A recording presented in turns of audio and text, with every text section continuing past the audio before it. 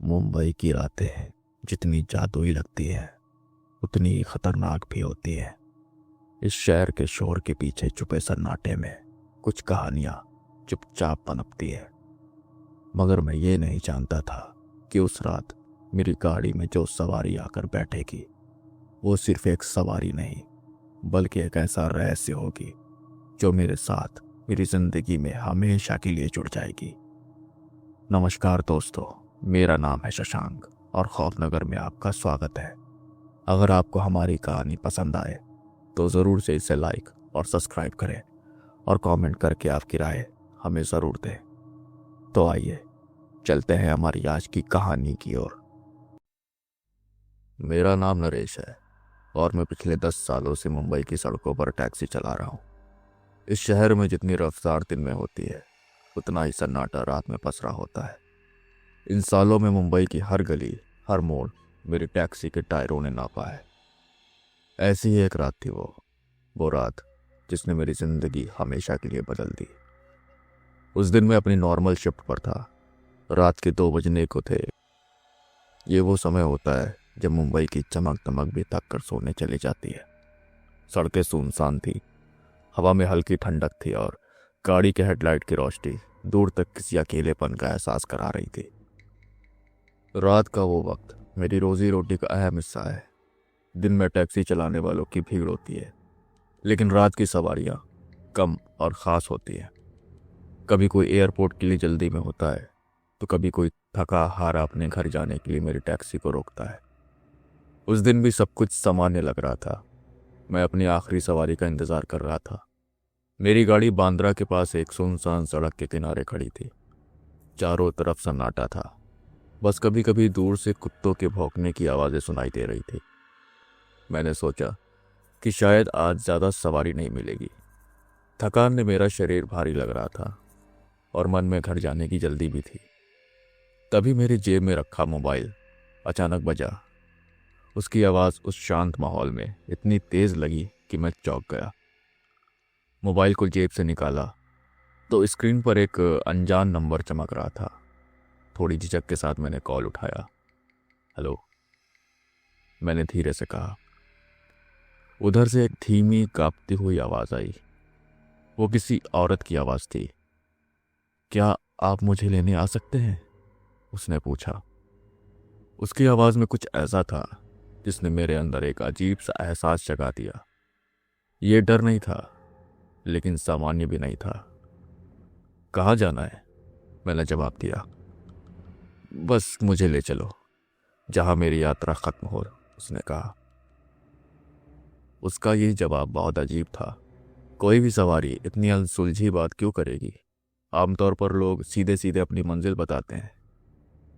पहले मैंने थोड़ी देर सोचा कि यह कॉल असली है या कोई मजाक। क्या आप सच में टैक्सी चाहती हो? मैंने थोड़ा कड़क स्वर में पूछा। हाँ, उसने धीरे से कहा। इस जवाब ने मुझे और ज़्यादा उलझा दिया, पर मेरी आदत है कि मैं सवारियों को ज़्यादा मना नहीं करता। सोचते हुए मैंने पूछा, अच्छा अपना पता बताइए। उसने एक पता बताया जो बांद्रा से ज़्यादा दूर तो नहीं था। सुनसान इलाका था जहाँ लोग आमतौर पर रात में जाने से बचते हैं। मन में हल्की झिझक थी। इस समय ऐसी जगह पर जाना सही रहेगा या नहीं, लेकिन टैक्सी चलाने वालों के पास ज़्यादा विकल्प नहीं होते। सवारी मिली है तो जाना ही पड़ेगा। तो मैंने अपनी गाड़ी स्टार्ट की और उस बताए हुए पते की ओर चल पड़ा। लेकिन मुझे नहीं पता था कि यह सफ़र मेरी ज़िंदगी को हमेशा के लिए बदलने वाला था। मैं जैसे ही बताए गए पते पर पहुंचा, सड़क की सुनसानियत ने मुझे एक पल के लिए रुककर सोचने पर मजबूर कर दिया। जगह अजीब थी। चारों ओर घने पेड़ थे और सड़क किनारे बस एक स्ट्रीट लाइट थी जिसकी कमज़ोर रोशनी में मुझे किसी का हल्का सा अक्स नजर आया। वो एक औरत थी, काली साड़ी में लिपटी हुई, घूंघट ओढ़े खड़ी थी जैसे किसी पुरानी कहानी की किरदार हो। वो बिल्कुल स्थिर खड़ी थी। उसके शरीर में कोई हलचल नहीं थी, ना ही उसने मुझे हाथ देकर रुकने का इशारा किया। लेकिन जैसे ही मैंने अपनी टैक्सी उसकी तरफ बढ़ाई, ऐसा लगा कि वो मेरा इंतज़ार ही कर रही थी। मैंने गाड़ी रोकी। स्ट्रीट लाइट की रोशनी में उसकी साड़ी का कपड़ा हल्के से चमका। उसका पूरा चेहरा घूंघट के अंदर छुपा हुआ था। उसकी खामोशी ने मुझे बिल्कुल बेचैन कर दिया। आमतौर पर लोग टैक्सी रुकते ही जल्दी से जल्दी अंदर बैठने की कोशिश करते हैं, लेकिन वो बिना किसी जल्दबाजी के बेहद धीमी कदमों के साथ गाड़ी के अंदर बढ़ी। वो मेरे ठीक पास आकर रुकी। उसने एक पल के लिए भी अपना चेहरा ऊपर नहीं किया। साड़ी के पल्लू को उसने इतनी मजबूती से पकड़ा हुआ था कि उसके हाथ के नाखून तक साफ दिखाई दे रहे थे। नाखूनों का रंग हल्का पीला था, जैसे उनमें जान ही ना हो। उसने बिना कुछ कहे गाड़ी का दरवाज़ा खोला और धीरे से अंदर बैठ गई। उसकी हरकतों में एक अजीब ठहराव था, मानो वो हर चीज़ को बेहद सावधानी से कर रही हो। जैसे ही वो बैठी तो उसके कपड़ों से एक हल्की सी महक आई, जैसे मिट्टी के साथ कोई पुरानी धूप मिली हो। मैं उसका चेहरा देखने की कोशिश कर रहा था, लेकिन घूंघट इतना घना था कि कुछ साफ नजर नहीं आया। गाड़ी में बैठने के बाद उसने कुछ नहीं कहा। कुछ पल तक टैक्सी में केवल सन्नाटा था। मैं असहज हो गया। आखिरकार मैंने पूछा कि कहाँ जाना है आपको? तो उसने धीरे से अपना सिर उठाया और मैंने पीछे के शीशे में उसकी आंखों को देखा। मुझे लगा जैसा मेरा दिल धड़कना भूल गया। उसकी आंखें, वो आंखें बिल्कुल खाली थी। ऐसा नहीं था कि उनमें पुतली नहीं थी, बल्कि वो इतनी गहरी और अंदर की तरफ धंसी हुई थी, जैसे मैं किसी खाई में झांक रहा हूं। उसने हल्की बेहद धीमी आवाज में कहा, बस चलो। उसकी आवाज में ऐसा ठंडापन था जिसने मेरे शरीर को झकझोर कर रख दिया। मैंने हड़बड़ाकर गाड़ी स्टार्ट की और चलाना शुरू किया, लेकिन अंदर ही अंदर मुझे इस सवारी से एक अनजाना सा डर महसूस हो रहा था। टैक्सी के अंदर का माहौल भारी और घुटन भरा लगने लगा, जैसे गाड़ी के साथ कुछ और भी सफर कर रहा हो। गाड़ी की रफ्तार बढ़ती जा रही थी, लेकिन मेरे मन में बेचैनी की रफ्तार भी उसी अनुपात में तेज हो रही थी। मुझे समझ नहीं आ रहा था कि ये औरत कौन है, और उसने मुझे बस चलो कहने का अलावा कुछ और क्यों नहीं कहा। रास्ते भर गाड़ी में एक अजीब सा सन्नाटा पसर रहा। टैक्सी की खिड़कियों से बाहर झांकते हुए मैंने महसूस किया कि मुंबई की वो रात और रातों से बिल्कुल अलग थी। आमतौर पर इस समय सड़कों पर इक्का दुक्का गाड़ी नजर आ ही जाती है, लेकिन आज सिर्फ मेरी टैक्सी की हेडलाइट सड़क पर नाच रही थी। मैंने अपने मन को शांत करने के लिए रेडियो चालू किया, लेकिन न जाने क्यों रेडियो ने अब काम करना बंद कर दिया। ऐसे लगा जैसे टेक्नोलॉजी ने भी उस सन्नाटे का हिस्सा बनने की कसम खा ली हो। उस सन्नाटे के बीच मैंने कई बार पीछे के शीशे में उसे देखने की कोशिश की, मगर हर बार मुझे बस उसका काला घूंघट ही नजर आता। उसका चेहरा अब भी पूरी तरह छिपा हुआ था। उसकी मुद्रा में एक रहस्यमय ठहराव था, जैसे वो किसी और ही दुनिया से आई हो। इस पूरे समय मेरे भीतर बेचैनी धीरे धीरे बढ़ती जा रही थी। मैंने हल्की आवाज में पूछा, आपको जाना कहाँ है? उसने धीरे से वही जवाब दिया, जहां कोई नहीं जाता। उसकी आवाज के हर शब्द के साथ मेरी रीढ़ की हड्डी में ठंडक दौड़ गई। मैंने गाड़ी की रफ्तार धीमी कर दी और उससे फिर पूछा, आपको कोई सही जगह तो बतानी होगी। मुंबई में ऐसा कोई रास्ता नहीं जहां कोई ना जाता हो। लेकिन उसने मेरी बात का कोई जवाब नहीं दिया। वो चुपचाप बैठी रही, जैसे मेरी बात सुनना उसके लिए जरूरी ही ना हो। गाड़ी के अंदर का माहौल अब और भी भारी हो गया था। मुझे लग रहा था कि उस औरत के साथ मेरी टैक्सी में कोई अनजानी शक्ति भी सफर कर रही है। सड़कें अब और सुनसान होती जा रही थी। शहर की चकाचौंध पीछे छूट चुकी थी। सड़कों के किनारे खड़े इक्का दुक्का पेड़ हवा में हल्के हल्के झोंकों से हिल रहे थे। मेरी टैक्सी के हेडलाइट्स की रोशनी अब इन पेड़ों पर पड़ती तो उनकी परछाइयां किसी डरावनी आकृति जैसी लग रही थी। अंदर बैठे बैठे मेरी धड़कनें तेज हो रही थी। मैं खुद को और ज्यादा असहज महसूस करने लगा। आखिर मैंने हिम्मत जुटाकर एक बार और उससे पूछा, देखिए मुझे बताइए, आपको जाना कहाँ है? आप इस तरह चुप रहेंगे तो मैं कैसे समझ पाऊंगा? लेकिन उसका जवाब अब भी वही था, ठंडा, सपाट और रहस्यमयी, जहाँ कोई नहीं जाता। उसकी बातों में कुछ ऐसा था जो मुझे भीतर तक झकझोर रहा था। मैंने एक पल के लिए गाड़ी रोकने का सोचा, लेकिन मन में आया कि इस सफ़र को यहीं पर ख़त्म कर दूं। लेकिन जैसे ही मैंने ब्रेक पर पैर रखा, मेरे अंदर का डर और जिज्ञासा मुझे रोकने लगे। क्या होगा अगर मैं उसे यहीं पर छोड़ दूं? मैंने खुद से पूछा, लेकिन मेरी कल्पना ने तुरंत जवाब दिया, अगर यह महिला असली नहीं हुई तो। मैंने अपने हाथों को स्टीयरिंग पर कस लिया और गाड़ी को आगे बढ़ा दिया। उस सन्नाटे के बीच मेरे मन में एक ही सवाल गूंज रहा था, आखिर यह सफ़र मुझे कहाँ ले जाने वाला है? तो कुछ देर के बाद जब सन्नाटा और भी गहरा हो गया, मेरे भीतर का डर बेचैनी में बदलने लगा। मैंने धीरे धीरे गाड़ी रोकने की सोची ताकि एक बार पीछे मुड़कर देख सकूं। मेरे हाथ स्टीयरिंग व्हील पर पसीने से पूरे भीग चुके थे। आखिर हिम्मत जुटाकर मैंने शीशे में पीछे की सीट पर नजर डाली और उसी पल मेरा दिल जैसे धक से रुक गया। पीछे की सीट पूरी तरह खाली थी।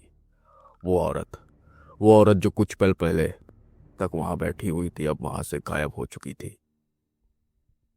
मेरे गले से हल्की सी एक चीख निकली, लेकिन रात के उस घुटन में वो कहीं गायब हो गई। मैंने तुरंत टैक्सी रोक दिया और कांपते हुए पीछे मुड़ा। सीट पर सिर्फ उसकी काली साड़ी का एक टुकड़ा पड़ा था। मैं हिम्मत करके उसे छूने की कोशिश कर रहा था, लेकिन जैसे ही मेरी उंगलियां उसके करीब पहुंची, एक बर्फ जैसी ठंडक ने मुझे छू लिया। ये क्या हो रहा है?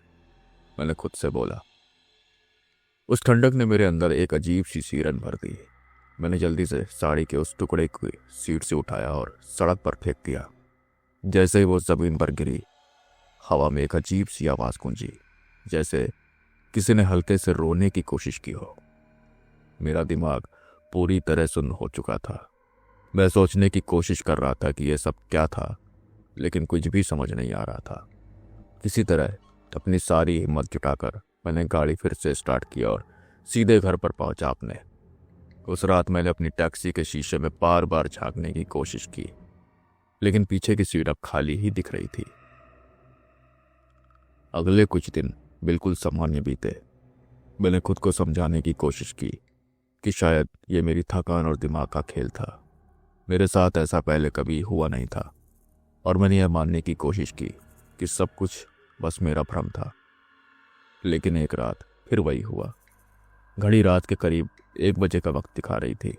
सड़कों पर वही सन्नाटा, वही ठंडक। मैं अपनी टैक्सी चला रहा था कि अचानक मेरी नज़र सड़क के किनारे पड़ी। वो औरत फिर से वहीं खड़ी थी, वही काली साड़ी, वही घूंघट। ये देख के मेरी सांसें थम गई। मैंने गाड़ी रोकी और उसने बिना कुछ कहे गाड़ी का दरवाज़ा खोला और अंदर बैठ गई। मैंने कांपते हुए पूछा, आपको जाना कहाँ है? उसकी धीमी ठंडी आवाज़ फिर से गूंजी, मुझे वहाँ ले चलो जहाँ कोई नहीं जाता। मेरे हाथ स्टीयरिंग पर जम चुके थे। ये वही आवाज़ थी, वही शब्द। मेरे रोंगटे खड़े हो गए। अब ये एक बार की बात नहीं थी, अब ये हर रात होने लगा था। जैसे ही मेरी शिफ्ट खत्म होने को आती, वो औरत या जो भी थी वो अचानक मेरी टैक्सी में कहीं से प्रकट हो जाती। वो चुपचाप बैठती, एक ही बात कहती और फिर गायब हो जाती। जब मैंने अपने टैक्सी ड्राइवर साथियों को ये बात बताई, तो वे मेरी बात को मजाक में उड़ाने लगे।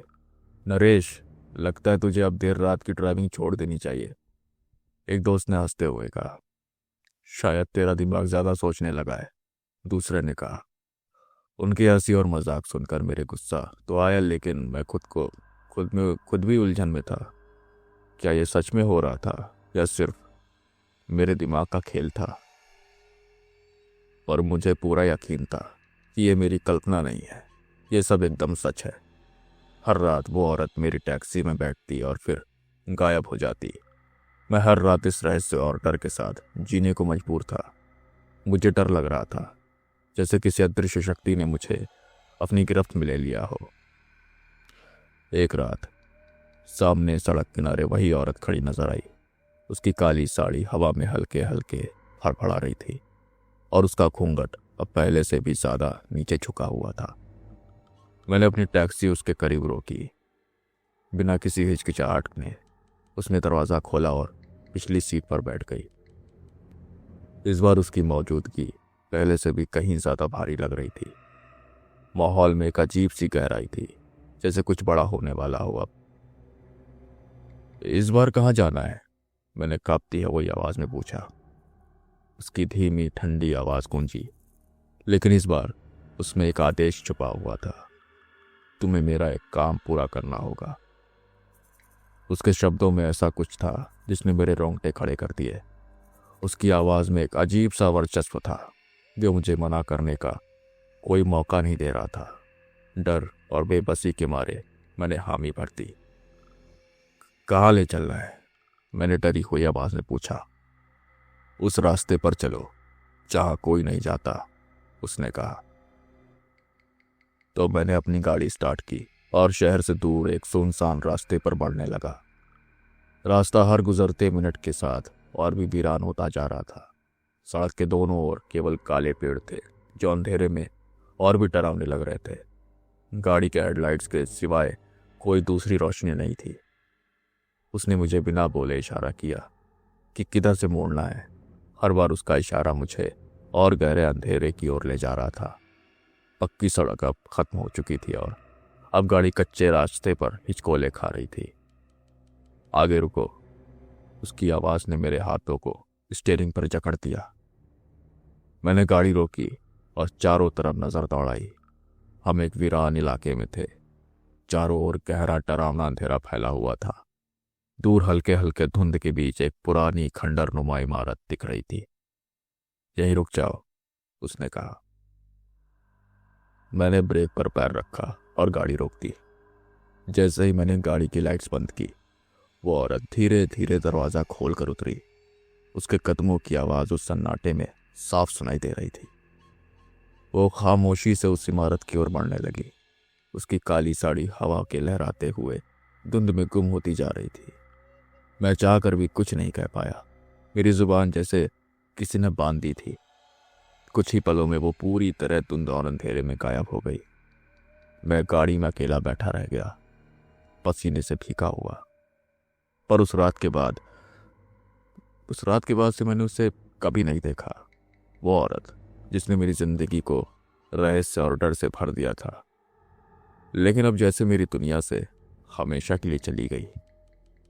पर उस रात के बाद मुझे एहसास हुआ कि वो औरत या एक चुड़ैल सिर्फ एक सवारी नहीं थी। वो एक ऐसा रहस्य थी जो कभी सुलझ नहीं सकता। आज भी जब मैं अपनी टैक्सी चलाता हूँ और सड़कों पर किसी अकेली सवारी को देखता हूँ, तो मेरे दिल में वही सवाल उठता है, क्या वो औरत सचमुच मेरी जिंदगी का हिस्सा थी या सिर्फ एक और डरावना ख्वाब? पर एक बात तो तय है, उस रात ने मुझे बिल्कुल ही बदल दिया। अब मैं सिर्फ एक टैक्सी ड्राइवर नहीं हूं, बल्कि मैं उन कहानियों का गवाह भी हूं जो इन मुंबई की सड़कों पर कहीं न कहीं रोज जन्म लेती है। दोस्तों, आज की कहानी में बस इतना ही। मिलते हैं आपसे अगली कहानी में।